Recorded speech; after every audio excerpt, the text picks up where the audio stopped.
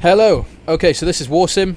I'm just going to double check. We're on year 150, so this may not have demons. Let me just double check, because it would be kind of a pain if it didn't. Okay, here we go. So in the game, there's a faction called the Demon Horde, and essentially they start off with something like 10 or 15 troops at the beginning of the game. And every turn, their troop count increases quite a lot.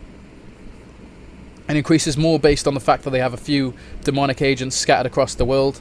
They have demonic towers and worshippers and stuff like that. And if you take all of those out, then you can severely reduce the amount of demons that come every turn.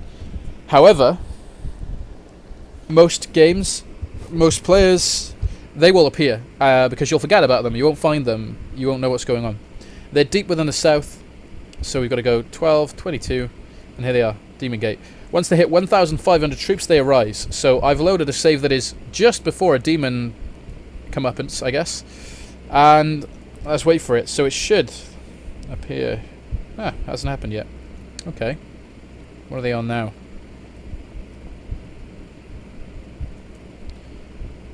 So, some of the things that really help them out. We've got Camp Ashirak. So it's 43 demon worshippers. They help produce more demons. We've got these little demonic totems as well. They don't help us. So there's a lot of demonic stuff. If we look at the gate now, they've got 86. Let's keep going. There we go. Demon Horde is now a faction. So we'll see in our notes. Word reaches you that the demons of the southern gate have risen up and marched for civil lands.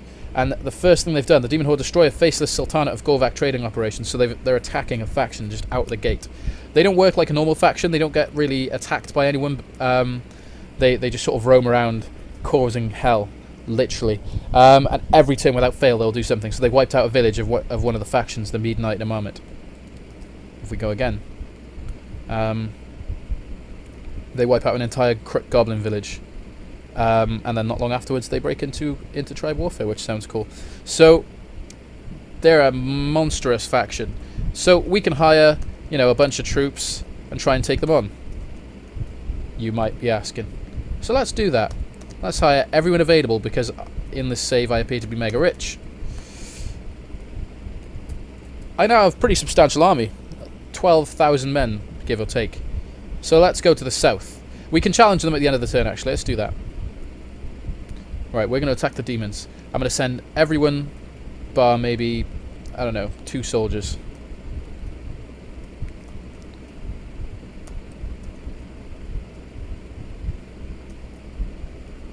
Okay. And this is the battle. So, we killed 185 of their men, and we lost 12,000, which brings them down to a grand total of 1,470, which was just about where they were when we joined, I believe, possibly less. So, because they have less than 1,500 troops, they now revert to being a hidden faction, but they will still recruit the same amount of troops. So maybe you're not happy with that. Maybe you want revenge, or I don't know, maybe you don't want to wait for them to grow in power to the point where they're basically unbeatable. So what do? Well, I'm just going to convince a bunch of men to join me. Bear with me. Come on. Come on. One sec. Oh. So stubborn. This cost me so much money. Come on. Please. God damn it. Alright. You asked for it. Oh, they survived. Okay. And where else can we hire troops from? Slaves fort. 1,825 slave soldiers and 3,650 slaves. Fort Northwatch, Brawler's Pit. Where else can we hire them? Thick Blood Tavern. Try to hire some Thick Blood Bandits. 73. Black Market. It's Black Market slums. Let's hire all the Black Market slaves. And let's also hire some scum.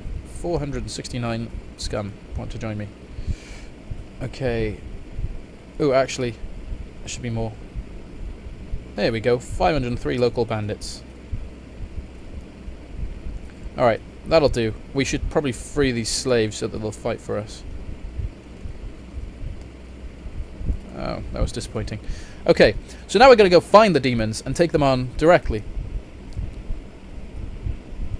And here we see the 1470 that remains. So we're going to send our army, all of them, give or take, 463.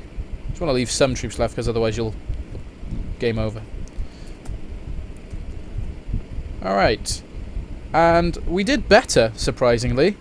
A lot better. Because they're weaker. And I think the larger the number, the more difficult they get to defeat. But yeah, now we have significantly knocked them back. Now they've got 1380. So, I need to cheat, I guess, to show you what will happen when you beat them. Because we'll never get there in a short playthrough. So, let me figure out how to cheat. Here we go. I can't remember the cheats, so we're going to pull up a list of cheats. Alright, how about 172? 100 of all independent units added. No, that won't do. What about 1,000? No? One more one. What was the cheat to give you soldiers? Is it well built? Debug mode. That's the problem with a game of this size. There's so much going on that I can't remember. I think 88 is the one we need. Alright. Yes. Alright, here we go. This should be just enough to beat them. But we'll mess around with it. So we're going to go to the south now. And we're going to fight these demons with our grand army of soldiers. I'm going to send 10,000 soldiers just to see. We'll skip all these independent units I've gained. Okay. I want to get rid of all these. I shouldn't have had all these. I'm going to send every independent unit I have to fight against the demons. We're going to see how they do. Goliath Orklings sound pretty cool. Alright. That was quick. So we're doing better. Alright, now let's send 30,000 soldiers. If this doesn't do the trick, I don't know what will. More cheats, probably. I'm going to move this away. They have 21 men left. Alright, what if I put 100 against them? How will that go? There we go. See, at the lower level, it gets pretty easy then to beat them. You have 80. Wait, I won. Wow, 23. No, wait, what? Oh, wow. I outnumbered them and got more kills than they did. That's insane. Right, so, having done that, we've done everything. We've cleared it all. So, let's enter the demon realm. But, before I do that, I probably need to cheat myself some more men, because this is not ideal. Alright, 88. And one more time, 88. Just because reasons. So here we go. Let's go into the Demon Gate. And we've got completely new music as well, specifically for the Demon Realm, which is kind of cool. I'm going to turn it up a little bit, but I hope it doesn't cut out my voice. So, we're in the Demon Realm. Through the Demon Gate, you find the Demonic Realm, a horrible realm full of ruins floating on lava, surrounded by red clouds and smog, in what seems to be the center of a realm that is... there is a huge towering citadel. So, we're going to approach the citadel. You head towards the citadel, the home of the demonic Overlord. There's a very terrifying and powerful energy surrounding the citadel. As you get nearer, a large crack is heard, and you freeze before noticing the large door in front of the tower open. As the door swings open, a horrifying, hulking figure emerges from within. Taller than 10 men, the demon Overlord steps forward. You find yourself lost, staring at him before. You know it, you are surrounded by 600 demons. Get him, lads. 983. Alright. I hope we win. Alright, sweet. With the demonic army dead, you charge into the citadel after the demon Overlord. The place is horrible. The walls are made of flesh and covered in eyes, and loud, desperate screams can be heard from all around.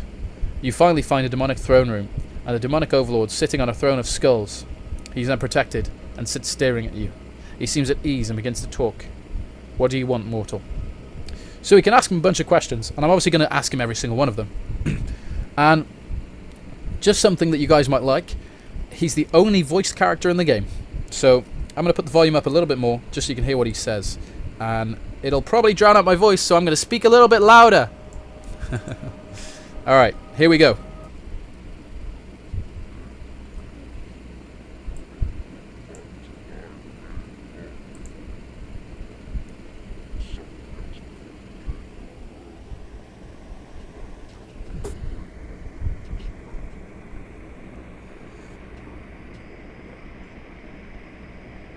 Okay.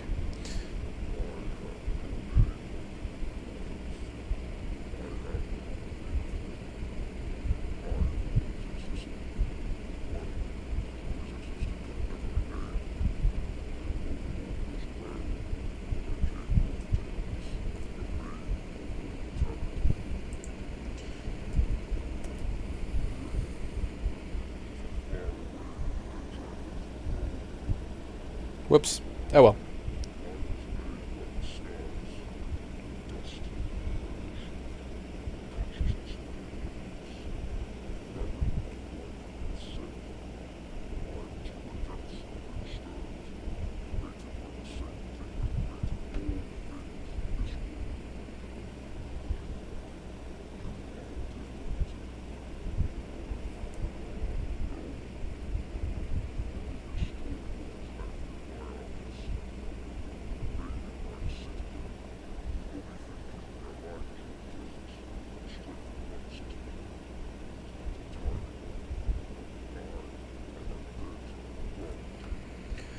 Okay, so that concludes pretty much all of the demonic stuff. Let's leave now and get ready for this. That is the epitome of black market graphics. I don't know what I'm talking about. Welcome to the world of text-based graphics and animation, where that is the crowning achievement of my entire game. So, yeah, it's definitely not, groundbreaking, but I like it. So, as you leave the realm, you watch the demonic towers collapse. The dark energy that binded them together, long gone. The realm of fire and lava begins to feel cold and empty. You leave the realm, and the gate closes behind you. And now, if we go there, ruins.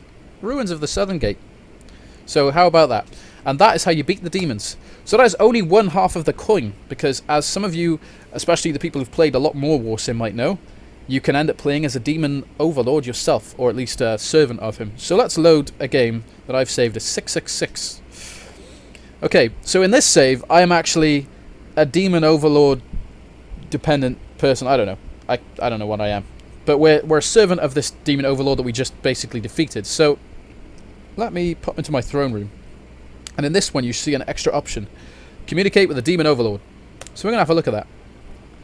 So you visit the mirror of demons and begin to consult with the demonic overlord. He appears before you and asks you why you have summoned him. So you can ask him for a bunch of stuff. What happens when we conquer the lands? All shall end.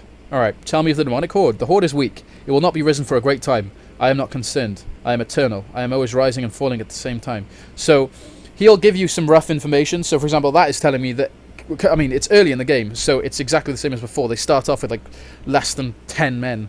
So the demon horde is basically nothing. As time goes on, that dialogue will change and you'll get a better idea of what's going on without even having to visit, staying just in your throne room. How can I help the cause? Kill all the living. Build me totems to reach the sky. I need more demons. You shall receive no more than I provide. Do not get greedy or you shall be made to suffer.